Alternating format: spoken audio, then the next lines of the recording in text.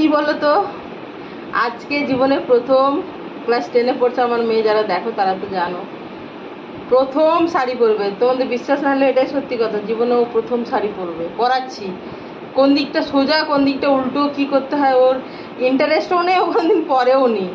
তো ঠিকই আছে, ক্লাস 10 পর্যন্ত আমিও ওরকম ছিলাম। তো যাই হোক, মানে সাজগোজও করতাম না একেবারেই। দেখ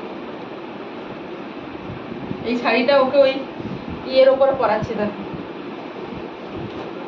প্যান্ট আর টপের উপরেই পরাচ্ছি, ঠিক আছে।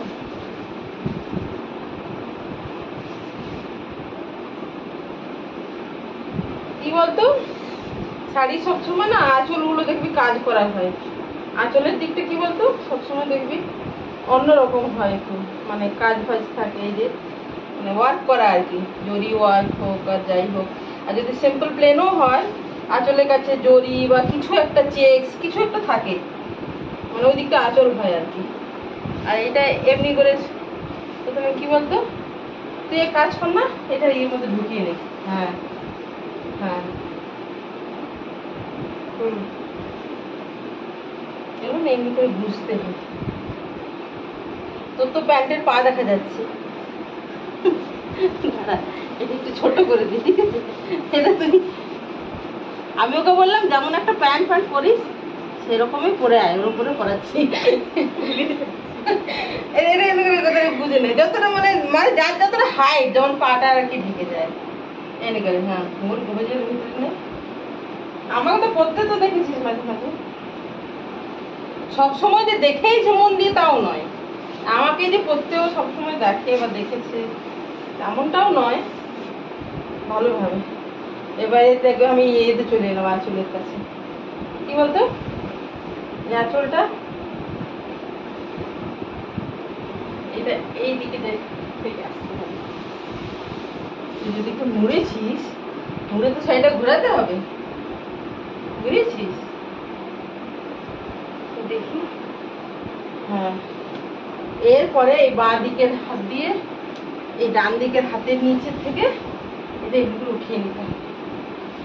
বাঁ হাতের নিচ দিক দিয়ে যাবে, ডান হাতের নিচ দিক দিয়ে এসে কাঁধের উপরে। আর এটা তুই আঁচলটা যেরকম লেন্থে রাখতে চায় মানুষ, সেরকম লেন্থে আগে, কেউ একটু বড় আঁচল রাখা পছন্দ করে, কেউ একটু ছোট। এবার এটা হবে কুচি, ঠিক আছে। এটা না এদিকটা একটু ভেঙে নে, যাই না কেন আমার লোককে পড়াতে গেলে ঠিকঠাক লাগছে না, আমি তো কখনো কাউকে পড়াইনি, বড় কিছু বড় কিছু সিরিয়াসলি আমি কখনো কাউকে পড়াইনি। কারণ পড়ালে মেয়েদেরকে পড়াবো তেমন না, এই মেয়ে না আমার নাচ শেখে না কোনোদিন ইয়ে শাড়ি পরেছে কোনোদিন। এবার এই খুশিটা না গরম তো লাগবেই, এমনি করে তুই একটা ছবি তুলে নিস, তাহলে তোর বন্ধুদেরকে পাঠিয়ে দিস, তোর বন্ধুর অজ্ঞান হয়ে যাবে যে মিতিল শাড়ি পরেছে, ঠিক আছে। ওইখানে আজকেই অজ্ঞান হয়ে পড়ে যাবে ওরা, বুঝলি। আমি তোকে একটা ফুল লেন্থের ছবি তুলে দেবো, বুঝলি, এমনি করে বসে একদম শাড়িটা আর কি লম্বা করে, ঠিক আছে। ওরা কি বলে তো কিছু জন হয়তো অজ্ঞান হয়ে যাবে, দেখি এরপরে দেখ। কখনো সরস্বতী পুজো, সত্যি বন্ধুরা সরস্বতী পুজো বল বল, আমি তোকে কতবার বলেছি যে হলুদ শাড়ি পরে যা, আমি সাদা শাড়ি পরে যা, আমি পরিয়ে দিচ্ছি। টপের সাথে পরে যেতেই বলেছিলাম যে এমনি এরকম টপের সাথে পরে যা, আরে না কিছুতেই না। তারপরে শেষ পর্যন্ত হলুদ সালোয়ার পরে আর যায়। আমারও গরম লাগছে বন্ধুরা,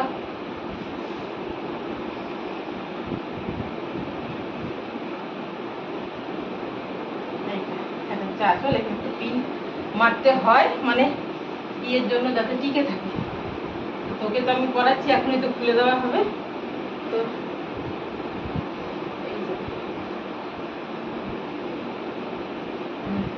তুই এখানে দাঁড়াবি, আমি তোকে ভিডিওটা তোমার কেটে আমি তোমাদেরকে দেখিয়ে দিচ্ছি ব্যাক ক্যামেরায়। হ্যাঁ পরে তো জুড়েই নেব। এই দেখো, দেখো ওকে কেমন লাগছে, দেখো, হ্যাঁ দেখো বন্ধুরা বলো তো, খারাপ লাগছে? ও কিছুতেই শাড়ি পরবে না, জানো তো, কিছুতেই শাড়ি ইয়েতে পরে না, সরস্বতী পুজোতেও পরে না। কত সুন্দর লাগছে।